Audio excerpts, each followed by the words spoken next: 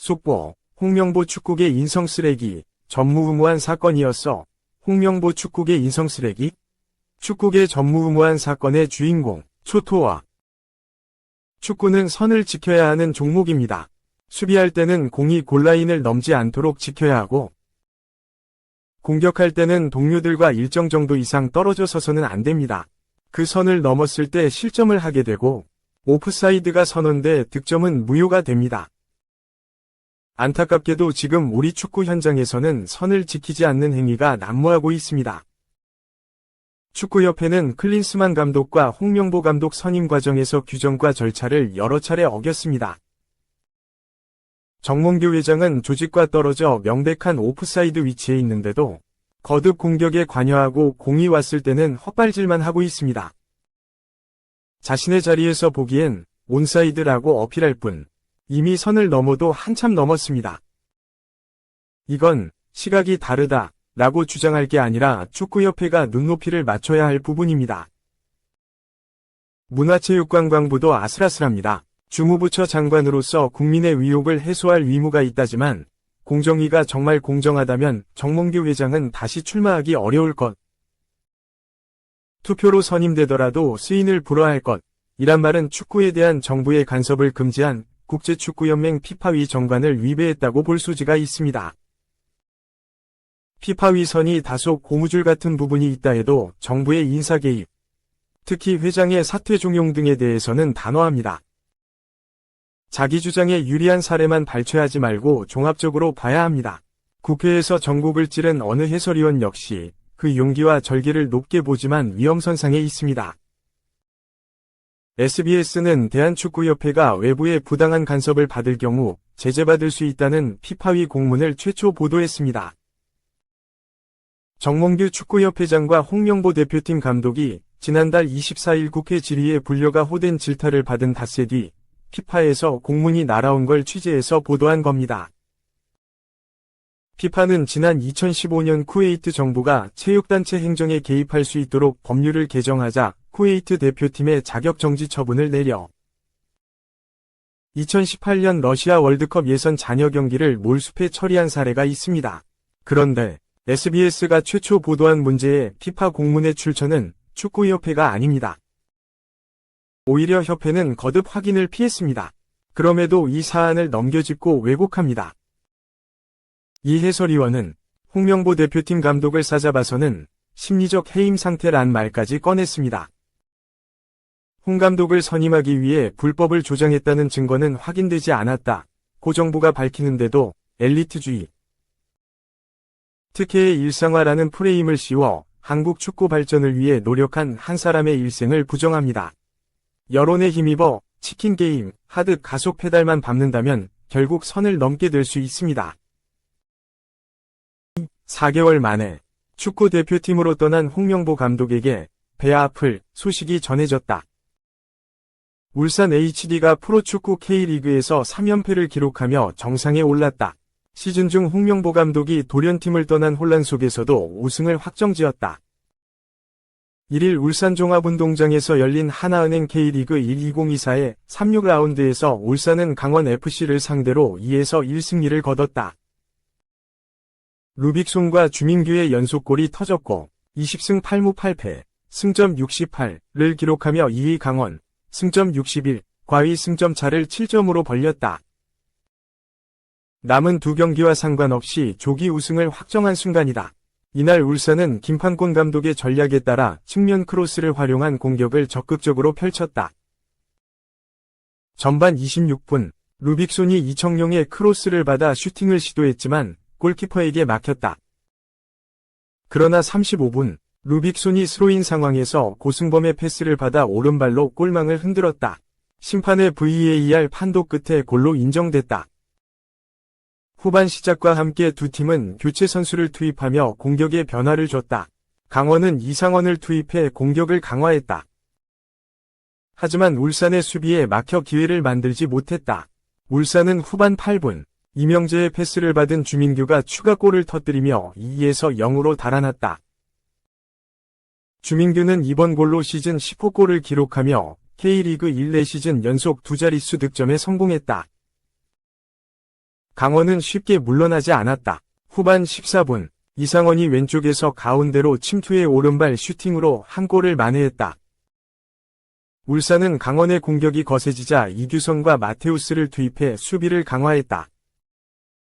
울산은 김기희, 김영권, 황석호를 중심으로 수비진을 보강하며 한 골차 리드를 지켜냈다. 울산은 지난 7월 감독 교체라는 위기를 겪었다. 홍명보 감독이 국가대표팀 감독직을 수락하면서 돌연팀을 떠났다. 갑작스러운 감독의 이탈로 울산 선수들은 물론 팬들까지 혼란에 빠졌다. 지난 7월 10일 홍명보 감독은 한국 축구 국가대표팀 사령탑을 수락한 이후 처음 팬들 앞에 섰다. 경기장에 피노키옹이라는 플래카드가 걸렸다. 이는 홍 감독에 대한 울산 팬들의 불만이었다. 차기 사령탑으로 거론되던 홍 감독은 대표팀 감독으로 임명되기 전 기자회견에서 자신보다 경험이 많은 인물들이 오면 자연스럽게 잊힐 것이라며 울산 팬들을 안심시켰다. 이 발언은 홍 감독이 울산에 남겠다는 약속으로 받아들여졌다. 그러나 불과 일주일 만에 홍 감독은 이 약속을 깨버렸다. 경기 시작 전 아나운서가 홍 감독의 이름을 부르자 울산 팬들은 야유했다. 선수단과 함께 입장한 홍 감독을 향해 서포터스 처용전사는 우리가 본 감독 중 최악. 거짓말쟁이 런명보, K리그 무시하는 KFA 아웃 등의 플래카드를 들었다. 울산은 홍 감독 후임으로 김판곤 감독을 선임했다. 그는 지휘봉을 잡고 팀 분위기를 빠르게 안정시켰다. 김판곤 감독은 선수들에게 자신감을 불어넣었다. 이후 울산은 8승 2무 1패로 놀라운 성적을 기록했고 K리그 3연패로 왕좌를 지켰다. 한편 울산의 3연패는 K리그 역사상 4번째 달성으로 성남이라와 전북에 이어 3번째로 많은 우승 기록을 세운 팀이 됐다. 김판곤 감독은 선수와 감독으로서 모두 울산에서 우승컵을 들어올렸다. 그는 현역 시절인 1996년 울산 유니폼을 입고 정규리그에서 우승을 차지한 바 있다. 3. 나이는 숫자일 뿐. 울산 HD K리그 1 3연패 이끈 베테랑 관록. 울산은 지난 1일 울산종합운동장에서 열린 강원FC와 하나은행 K리그 1 2024의 36라운드에서 루빅손과 주민규의 골을 묶어 2에서 1로 이겼다. 이로써 2위 강원과 격차를 7점으로 벌리며 리그 3연속 정상과 함께 통산 5번째 트로피를 들어올렸다. 이번 시즌 초중반 울산은 수비가 흔들리면서 어려움을 겪었다. 하지만 후반부에 접어들수록 안정을 되찾았고 리그 조기 우승을 확정짓는 데 큰 역할을 했다. 주장 김기희를 중심으로 김영권, 황석호, 임종은, 이명재, 윤일로까지 베테랑 수비진 활약이 두드러졌다. 골키퍼 조현우와 조수혁까지 강민호, 18와 김주환, 23을 제외하고 모든 선수가 30대다. 노쇠화를 지적하는 목소리도 곳곳에서 흘러나왔다. 하지만 전현직 국가대표답게 경험과 조직력으로 상대 맹공에 자물쇠를 채웠다. 리그 36경기에서 37골밖에 내주지 않는 최소 실점 기록을 세웠다. 이번 시즌 수비 지표, 이하 35라운드까지 반영, 가나이는 숫자에 불과하다는 말을 대변해준다. 울산은 수비 지역 총 패스 횟수와 성공률에서 1위에 자리했다. 총 5271회 패스를 시도해 4578회 성공했다. 성공률이 86.9%로 1위였다. 2위 광주FC 4371회 시도 3789회 성공, 86.7% 성공률, 를 0.2% 차로 따돌렸다. 수비 지역 턴오버 순위도 1위다. 338회로 가장 적은 실수를 했다. 2위인 수원FC 346회, 보다 8회 적고 최하위인 대전 하나시티즌 439회, 과는 큰 차이가 난다.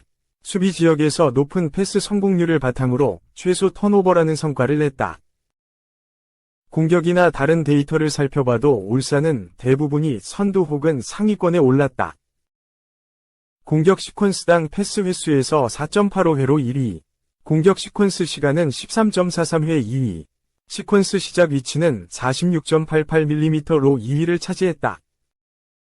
또한 울산은 총 슈팅 414회를 시도했는데 골문 안으로 향한 유효 슈팅 177회다.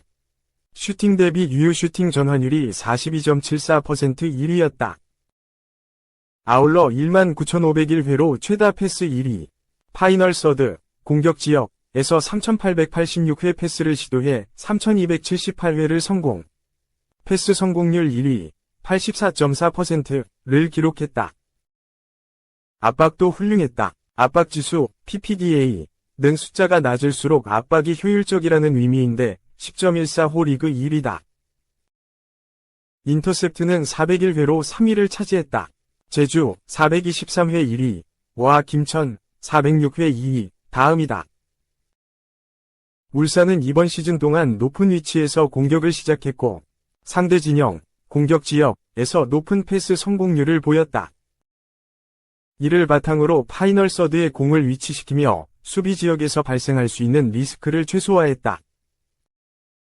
구단 측은 선수들이 많은 경험을 바탕으로 경기 상황에서 기술적 우위를 점했다며 상대 진영에서 확실한 점유율과 공격 축구를 구사한 것으로 드러났다고 설명했다. 김판곤 감독은 개인적으로 나이가 든 선수는 경험이 많고 장점이 있다며 우리 선수들은 얼마든지 90분 동안 통제 지배를 하고 있다. 이어 선수들이 경기당 평균 11km씩 뛰더라. 스피드도 상당히 높은 수준을 보여주고 있다며 연령보다 선수 개인의 생각이나 직업정신, 젊고 열정이 있으면 된다. 팀 캐릭터에 맞는 선수들이 필요하지 노쇠화는 크게 신경 쓰지 않는다고 강조했다. 4. 중역사상 가장 억울한 기록, 점이형 실점. 1패한 준우승팀 탄생 오른쪽 화살표 우승은 상하이 하이강. 우레이 30경기 34골 득점왕. 상하이 하이강은 2일 한국 시간 홈에서 열린 텐진 진먼 타이거즈와의 경기에서 5대0 대승을 거두며 2024 시즌 중국 슈퍼리그 우승을 차지했다. 이로써 상하이 하이강은 지난 시즌에 이어 2시즌 연속 리그 우승을 차지하며 명실상부 중국 최고 구단으로 자리매김했다. 우승이 확정된 후 상하이 하이강은 구단 홈페이지를 통해 클럽의 모든 코치, 선수, 직원들의 올해는 도전과 기쁨으로 가득 찬 한 해였다. 우리는 30라운드의 경기를 치르는 동안 많은 선수들이 개인적인 이정표를 달성하고 끊임없이 자신을 넘어서는 것을 목격했다. 중국 슈퍼리그의 단일 시즌 골, 어시스트 기록도 세웠다. 이 모든 순간이 행복하고 행운이라고 느낀다. 우리는 어려움 속에서도 무한한 힘을 뿜어낼 힘을 지녔다고 소감을 전했다. 이어 그라운드에 들어서는 것은 결코 누구에게 이기고 지고 하는 것만 있는 것이 아니다. 어제의 자신을 뛰어넘어 미래의 자신을 이루기 위한 것이다. 부단히 노력한 상하이 하이강 선수들께 감사하다. 숱한 지지를 보내주신 서포터즈분들, 언론, 도움과 성원을 보내주신 사회 각계각층에도 감사를 표한다. 우리는 계속해서 이 꿈을 추구할 것이다. 앞으로 상하이 하이강을 아끼고 사랑하는 모든 사람이 팀에 용기 있고 진취적인 정신을 볼 수 있기를 바란다. 고 덧붙였다. 시즌 상하이 하이강의 페이스는 그야말로 눈부셨다. 리그 30경기에서 25승 3무 2패, 승점 78로 5번이 경기를 제외하곤 모두 승점 3점을 따내는 저력을 과시했다. 여기엔 리그 30경기에 모두 출전해 34골 7어시스트의 기록으로 득점 1위, 어시스트 공동 7위에 등극한 우레이의 공이 상당했다.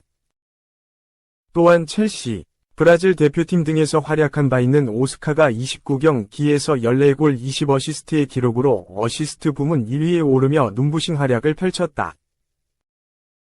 상하이 하이강의 페이스가 좋았긴 하나 상하이 선화도 이에 못지않은 레이스를 펼쳤다.